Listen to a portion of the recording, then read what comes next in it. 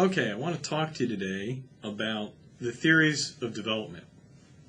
And Gilpin kind of brings us in with his readings into development economics and to kind of the specialized thinking on the subject. But perhaps it's good to back off just a little bit and think about what kind of the standard neoclassical market-based model of development is and how we think, Mary, Mary, quite contrary, how did your garden grow?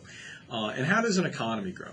Now, the way that growth is thought to occur in a market economy is that we basically increase our inputs, right? If you want to make more stuff in any productive process, well, you increase the inputs. Now, the inputs can be any number of things. They can be the physical inputs that you put in terms of materials, but more often we think of them and not in terms of materials and natural resources.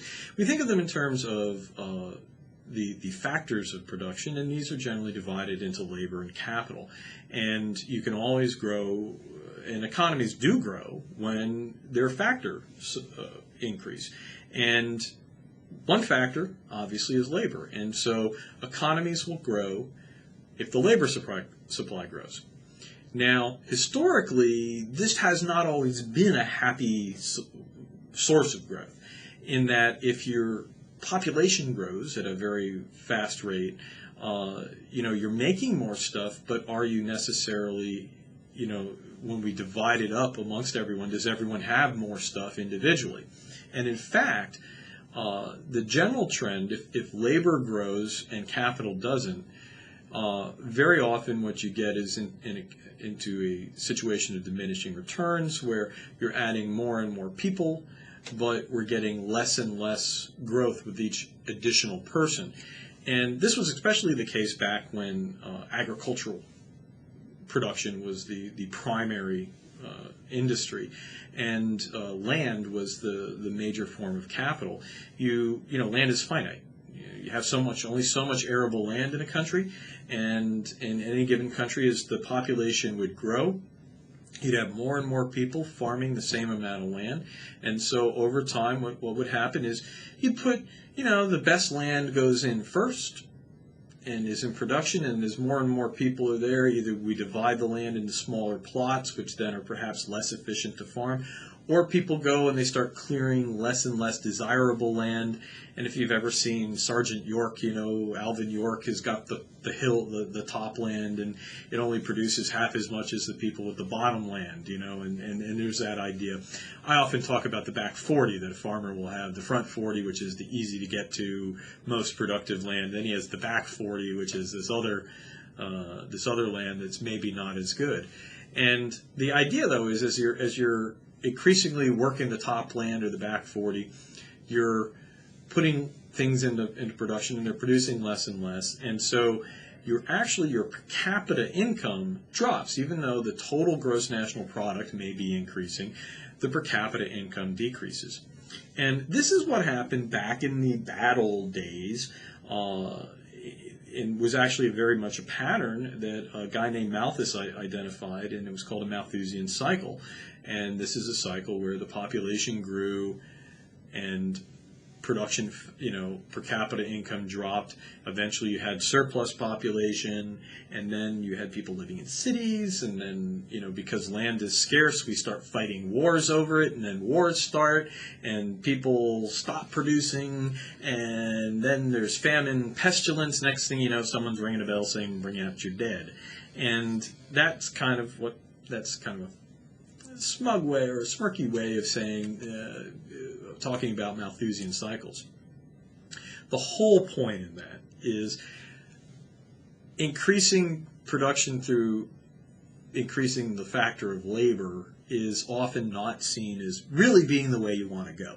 And very often in development, we are more interested in seeing not just how the economy will grow, but how the economy will grow in terms of per capita income. We want economic growth faster than population growth. How do you get that? Well, you increase the other factor of production, which is capital. And now capital, once upon a time, again, when it was agriculture, the only way to get capital was land, and the only way to get more of it was to go steal it from somebody else. Land is finite, right? You only have so much, and this is what gives you colonialism, right? That's basically, if you want more land, you got to go out and take it away from people who don't have as good guns as you, or who don't know who aren't using the land the same way you want to, and may not really be organized and have a concept of property rights to begin with. That's traditional colonialism, right?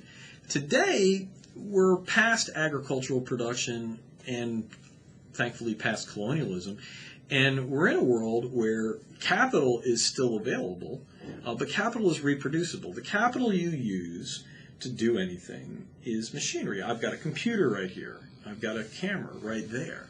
And these are things I use in production. And having a better computer, having a better camera makes me more productive. And now, of course, professor land, that's not really an important industry. But if you think about it, in other industries, right? If you're a landscaper, do you have a push mower, or do you have a riding mower? Do you have the big blower?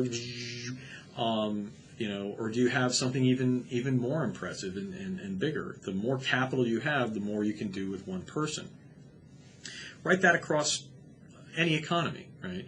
If we add capital in, and now the happy thing is that in adding capital in, we're not talking about land anymore. We're talking about reproducible capital. It's not finite, it's reproducible. So if I want to go and improve production in India, and I think, well, what we need is more computers, or maybe even simple things like instead of having a bunch of guys carry stuff, we have them use hand trucks, or better yet, we have them use a forklift. That capital is reproducible. It's you buy it, and it's therefore theoretic. Well, it's not finite. It's not infinite, but it's not finite either.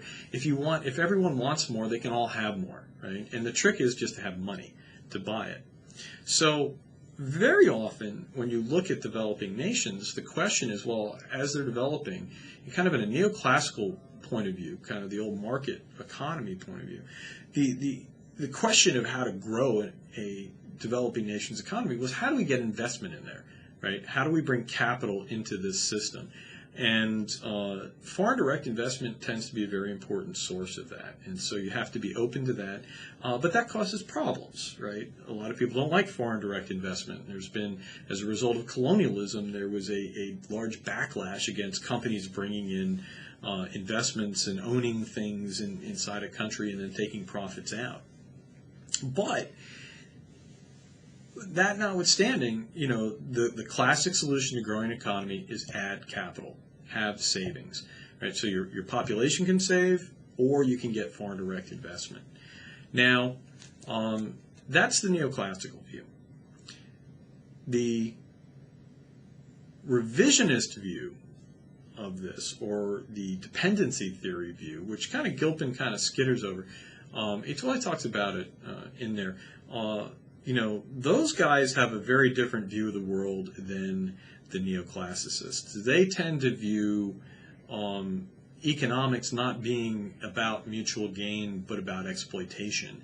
And the dependency theorists, revisionists, Marxists, all these guys have kind of the same view that says, look, if you go in and trade somebody, if you trade unequally, meaning if I take a product from your country that maybe you're exporting bauxite, and a ton of bauxite might be worth a television, but that ton of bauxite might have 1,000 worker hours in it, and the TV only 100. That's unequal exchange, because these guys see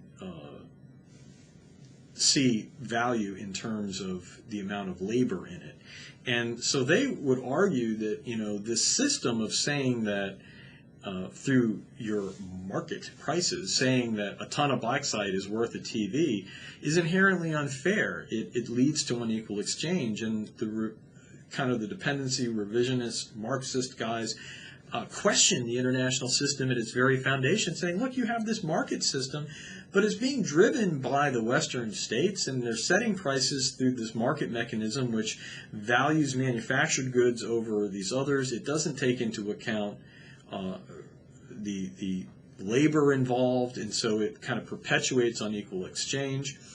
They argued that, especially dependency theorists argued that, well, these former colonial masters kind of rigged the system to make sure that the colonies only produced stuff that was low in value, had a lot of labor to value, and so they could, basically be selling a ton of bauxite for a TV, and they kept the manufacturing, the high-end, high-value-added jobs, although they didn't call it that in Lenin's day, but those types of jobs were kept in the colonial home rule nations. And the argument is that basically these colonial powers created a world system that perpetuated unequal exchange and thus was predatory in a way, or not predatory, but they use the term exploitive, exploits the labor of the periphery of the world, the developing nations. And the argument of these guys was that, further investment and that's not the way to go, that what you need to do is, you do need investment, but engaging in the world isn't helpful because the world's rigged against you. What you need to do is you need to develop your own manufacturing. If it was great for the colonialists to have their own manufacturing, that's what you need to develop. And this is what's going to lead into import substitution industrialization.